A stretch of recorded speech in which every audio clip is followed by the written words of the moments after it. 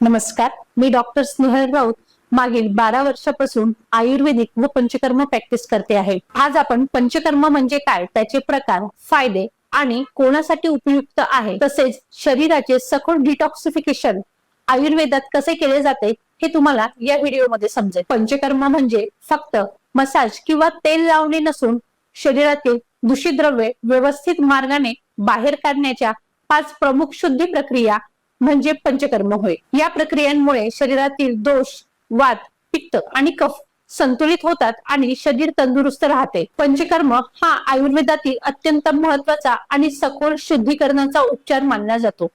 आधुनिक जीवनशैलीमुळे शरीरात निर्माण होणारे ताणतणाव, चुकीचा आहार, झोपेचा अभाव, प्रदूषण आणि अयोग्य सवयी यामुळे शरीरात आम म्हणजेच अपचित द्रव्य साठू लागतात, नंतर विविध आजारांचे कारण ठरतात। या सर्व दूषित द्रव्यांचे नियोजित मार्गाने बाहेर निघणे म्हणजे पंचकर्म। पंच म्हणजेच 5 आणि कर्म म्हणजेच शुद्धीकरणाची प्रक्रिया। या 5 प्रक्रियांद्वारे शरीरातील वात, पित्त आणि कफ हे दोष संतुलित केले जातात आणि शरीराचे संपूर्ण डिटॉक्सिफिकेशन साध्य होते। पंचकर्मात प्रथम शरीराला शुद्धी करण्यासाठी तयारी केली जाते, यालाच पूर्वकर्म असे म्हणतात। स्नेहन आणि स्वेदन या प्रक्रियांद्वारे शरीरातील दोष हे कोष्ठामध्ये आणण्याची तयारी केली जाते। त्यानंतरचे मुख्य पंचकर्म उपचार केले जातात। या उपचारांपैकी पहिला उपचार म्हणजेच वमन। वमन ही कफदोष कमी करण्यासाठीची पद्धत आहे। वारंवार होणारा खोकला, दम्यासारख्या समस्या, सायनस, ॲलर्जी तसेच इन्फर्टिलिटी, पीसीओडी यामध्ये वमन अत्यंत उपयुक्त ठरते। विशेष औषधी द्रव्ये घेऊन व्यवस्थित उलटी केली जाते, त्यामुळे छाती आणि पोटातील अतिरिक्त कफ हा बाहेर पडतो। आता दुसरी प्रक्रिया म्हणजे विरेचन, जी पित्तदोषावर परिणाम करते। ऍसिडिटी, त्वचेचे विकार, पित्त वाढल्याने होणारी जळजळ, लिव्हरच्या समस्या अशा त्रासांमध्ये विरेचन दिले जाते। औषधी देऊन जुलाबा वाटे शरीरातील पित्तदोष हा बाहेर काढला जातो। यामुळे वरील आजारांमध्ये आपल्याला रिलीफ मिळायला मदत होते। तिसरी आणि सर्वात महत्त्वाची प्रक्रिया म्हणजे बस्ती। वातदोषामुळे निर्माण होणारे सांधेदुखी, पाठदुखी, कब्ज, मानसिक ताणतणाव, दुर्बलता अशा अनेक आजारांवर बस्ती उपचार हे उत्तम परिणाम देतात। औषधी तेल किंवा काढा याचा इनिमा दिला जातो। बस्तीचा प्रभाव शरीरावर दीर्घकाळ टिकतो आणि वृद्धापकाळातील विकारांमध्येही यामध्ये मोठा आराम मिळतो। चौथी प्रक्रिया आहे ती म्हणजे नस्य। ही नाकावाटी औषधी देण्याची पद्धत आहे। डोकेदुखी, सायनस, कान, नाक, घसा समस्या, केस गळती आणि मानसिक अस्थिरता तसेच ऊर्ध्व जत्रुगत व्याधी या सर्वांमध्ये नस्य हे अत्यंत गुणकारी ठरते। पंचकर्मातील 5वी प्रक्रिया म्हणजेच रक्तमोक्षण, ज्यामध्ये दुष्ट रक्त हे बाहेर काढले जाते।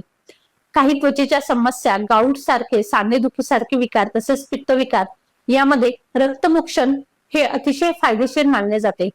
जळू किंवा सूक्ष्म उपकरणांच्या साहाय्याने थोडेसे दुष्ट रक्त हे बाहेर काढले जाते, ज्यामुळे दाह कमी होतो आणि त्वचा विकारांमध्ये आराम मिळतो। पंचकर्म कोणासाठी योग्य आहे हा अनेकांचा प्रश्न असतो। तर वारंवार आजारी पडणारे, तसेच कमकुवत रोग प्रतिकारक शक्ती असलेले, पचनाच्या तक्रारी असलेल्या, स्नायू आणि सांधेदुखी, त्वचेचे विकार, अत्याधिक थकवा असलेले, मानसिक ताण तसेच अनिद्रा यासारख्या समस्या असलेल्यांना पंचकर्माचा मोठा फायदा होऊ शकतो। तसेच वजन नियंत्रित करण्यासाठी, शरीराचा हलकेपणा आणि तंदुरुस्ती वाढविण्यासाठी पंचकर्म हे फार उपयुक्त ठरतं। मात्र गर्भवती स्त्रिया, अतिशय अशक्त रुग्ण, तीव्र संसर्ग असलेले रुग्ण किंवा अतिवृद्ध आणि लहान मुले यांनी पंचकर्म हे डॉक्टरांच्या सल्ल्यानेच घ्यावे। पंचकर्म झाल्यानंतर योग्य आहार विहार पाळणे पण महत्वाचा असतो। जेवणामध्ये तुम्ही हलकं, पचायला सोपा असा आहार घेणे, तसेच थंड वातावरण टाळणे, ताण तणाव कमी करणे, योग प्राणायाम करणे आणि दिलेली जी औषधी आहे ती वेळेवर घेणे आवश्यक असते।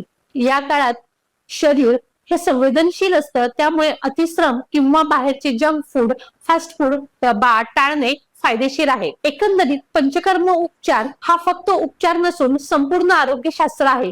शरीर, मन आणि आत्म्याची शुद्धीकरण प्रक्रिया म्हणून पंचकर्म आपल्याला ऊर्जावान आणि संतुलित जीवनाकडे घेऊन जाते। परंतु हे पंचकर्म योग्य तज्ञांच्या मार्गदर्शनाखाली केलेले असावे।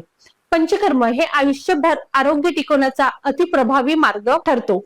निरोगी जीवनशैलीकडे पाऊल टाकू इच्छिणाऱ्या प्रत्येक व्यक्तीने पंचकर्माचा अनुभव अवश्य घ्यावा।